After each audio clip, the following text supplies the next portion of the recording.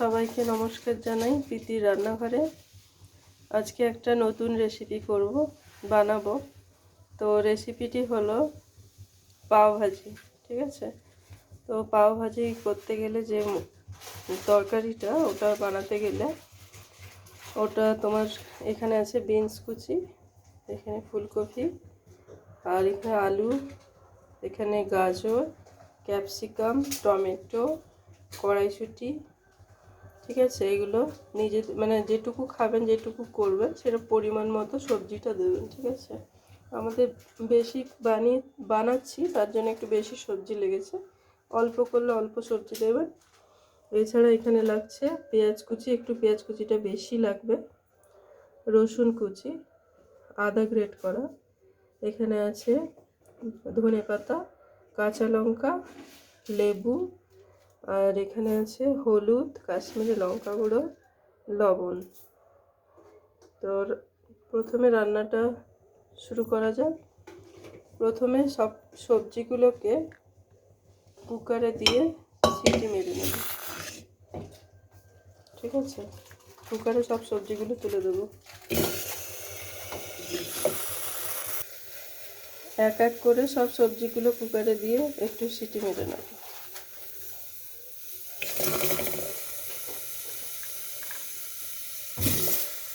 তো এক এক করে সব সবজিগুলো প্রেসার কুকারের মধ্যে দিয়ে দিয়েছি, আর একটু 2-3টি কাঁচা লঙ্কাও ফেলে দিয়েছি ওতে। এটা একটু নুন দেব সেদ্ধ হওয়ার জন্য।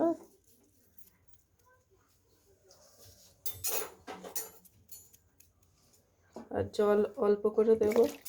এই জলটা আমরা পরে তরকারিতে ইউজ করবে, জলটা ফেলে দেব না। ঠিক আছে, সবজিটা সেদ্ধ হয়ে গেলে যে জলটা থাকবে ওটা আমরা আলাদা করে রেখে দেব, পরে তরকারিতে দিয়ে দেবো।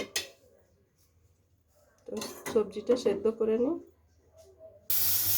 এখানে কুকারে আমি সেদ্ধ করতে দিয়েছি, তো আর কিছুক্ষণ পরে সেদ্ধ হয়ে যাবে। ঠিক আছে, আর এখানে আমি কড়াইতে তেল বসিয়ে দিয়েছি। কড়াইতে তেলটা গরম হলে আমি মশলাটা ভেজে নেব। মশলাটা ভাজবো, কড়াইতে তেলটা দিয়ে দিয়েছি। তেলটা গরম হলে এক এক করে মশলাগুলো দিয়ে দেবো।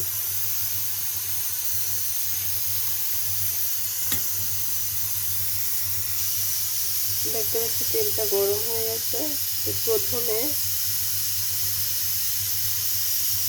পেঁয়াজ কুচিগুলো দিচ্ছি।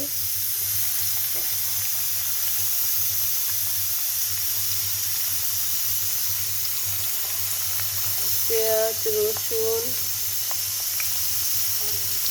আদা, পেঁয়াজটা ভাজা ভাজা হলে আদাটা দেব।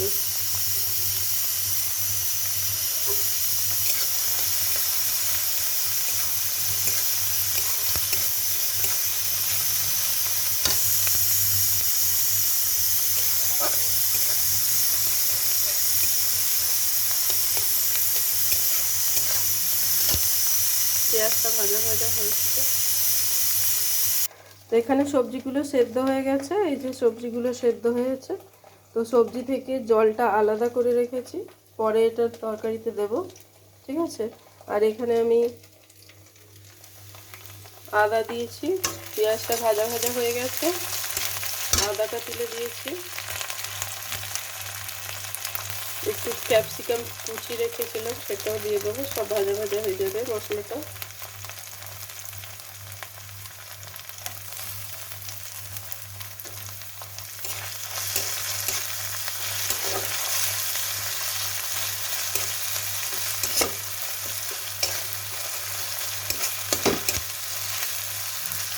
এর সঙ্গে হলুদ, নুন অল্প করে দিতে হবে, কারণ সবজিতেও নুন কিছুটা দেওয়া আছে, তো সেই বুঝে নুনটা দিতে হবে।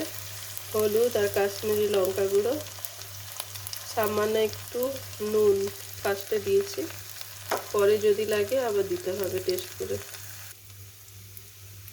তো সব মশলা দিয়ে হলুদ নুন সব দেওয়ার পরে ভালো করে এটা ভাজা ভাজা করে নেব। মশলাটা কষিয়ে নেব।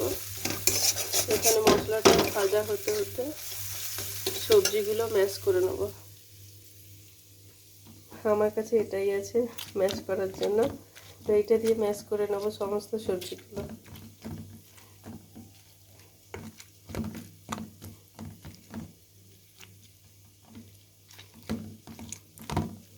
তোমাদের কাছে যদি ম্যাশ করার জন্য কোনো রকম মেশিন থাকে ইউজ করতে পারো, আমার কাছে নেই তাই এটা দিয়ে ম্যাশ করছি, যেটাকে বলে ডাল কাটা। সমস্ত সবজিগুলো এক এক করে ম্যাশ করে নেব ভালো করে। এখানে মশলাটা ভাজা ভাজা হয়ে গেছে। মশলাটা ভাজার সময় একটুখানি জল অ্যাড করতে হবে, দিয়ে ভালো করে ভেজে নিতে হবে। এখানে দেখতে পাচ্ছি ভালো করে তেল ছেড়ে গেছে, মশলাটা ভাজা হয়ে গেছে। আর এখানে আমি এটা ওই সবজিগুলো ম্যাশ করে রেখেছি, ঠিক আছে। তো এই মশলাটা যেহেতু ভাজা ভাজা হয়ে গেছে, সবজিগুলো ওতে দিয়ে দেবো।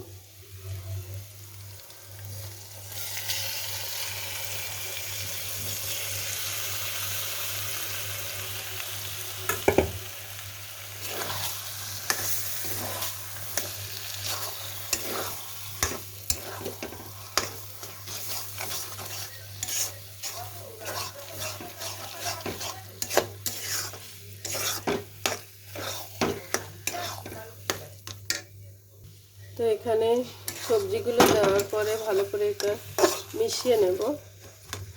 তারপরে যে সেদ্ধ করা জলটা ছিল সেটা দিয়ে দেবো।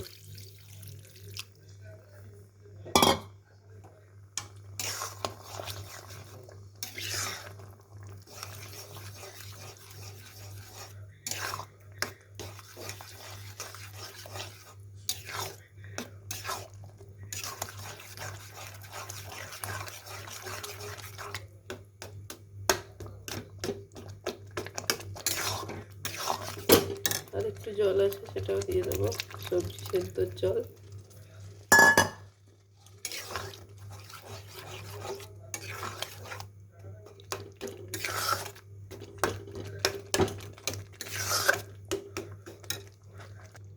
তো এইরকমভাবে জলটা দেওয়ার পর এরকম একটা থিকনেস চলে আসবে, তখন ওপর থেকে ধনেপাতা কুচিটা ছড়িয়ে দেবো। আমি তো কাঁচা লঙ্কা দুটো সেদ্ধর সময় দিয়েছিলাম, ওটা ম্যাশ করে দিয়েছি। এছাড়া যে বেশি যারা লঙ্কা পছন্দ করেন খেতে, তারা একটু লঙ্কা কুচি করে ওপর থেকেও ছড়িয়ে দেবেন। আমাদের যেহেতু বাচ্চা খাবে, তো সেই জন্য বেশি ঝালটা কাঁচা লঙ্কাটা ব্যবহার করতে পারলাম না। এরপরে পাওভাজি মশলা দিতে হবে ওপর থেকে, ছড়িয়ে দিতে হবে। তারপরে সামান্য লেবু, এই যে লেবুটা দিয়ে দিতে হবে। লেবুটাও পরিমাণ মতো দিতে হবে, কারণ আমার যেটুকু তরকারিটা হয়েছে সেই মাপে আমি লেবুটা দিয়েছি। তো আপনারাও যেটুকু তরকারিটা বানাবেন সেই মতো, যেভাবে টকটা খাবেন সেই মতো দেবেন, ঠিক আছে।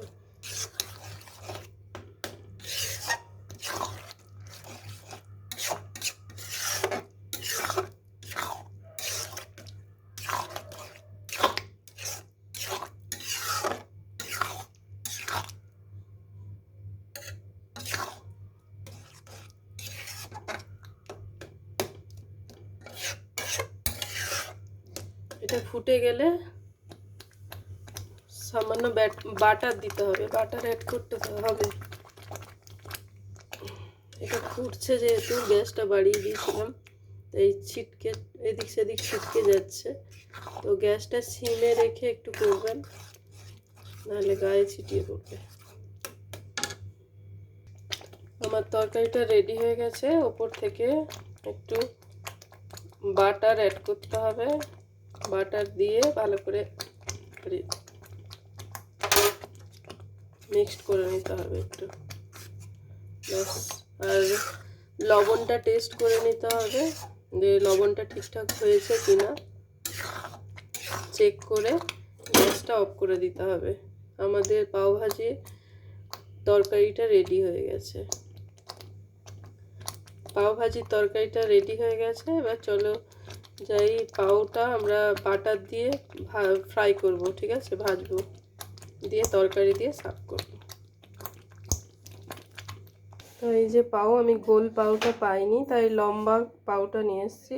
তো এখানে পাওগুলোকে এইভাবে পিস পিস করে কেটে নিয়েছি। এখানে আমি একটা কড়াইতে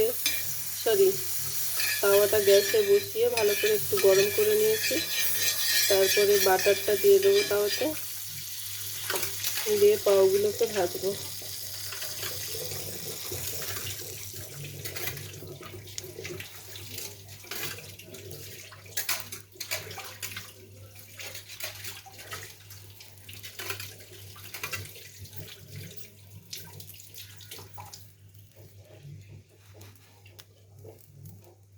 এইভাবে পাওগুলোকে ভেজে নেব একটা একটা করে। আমাদের পাওটা ভেজে নিয়েছি বাটার দিয়ে, আর এখানে তরকারিটাও রেডি। তো পাও ভাজি পুরোপুরি রেডি হয়ে গেছে। ওপর থেকে একটু বাটার দিয়ে দিয়েছি। তো তরকারিটা খুবই খেতে টেস্টি হয়েছে। তো আপনারাও চাইলে এরকম ঘরে বসে বানিয়ে ফেলতে পারেন খুব সহজে, ঠিক আছে। আর আমার ভিডিওটা যদি ভালো লেগে থাকে তাহলে অবশ্যই লাইক, কমেন্ট, শেয়ার, সাবস্ক্রাইব করবেন এবং পাশে থাকা বেল আইকনটি অবশ্যই প্রেস করবেন। আপনারা ভালো থাকুন। আমি এখানেই আমার ভিডিওটা শেষ করছি। টাটা।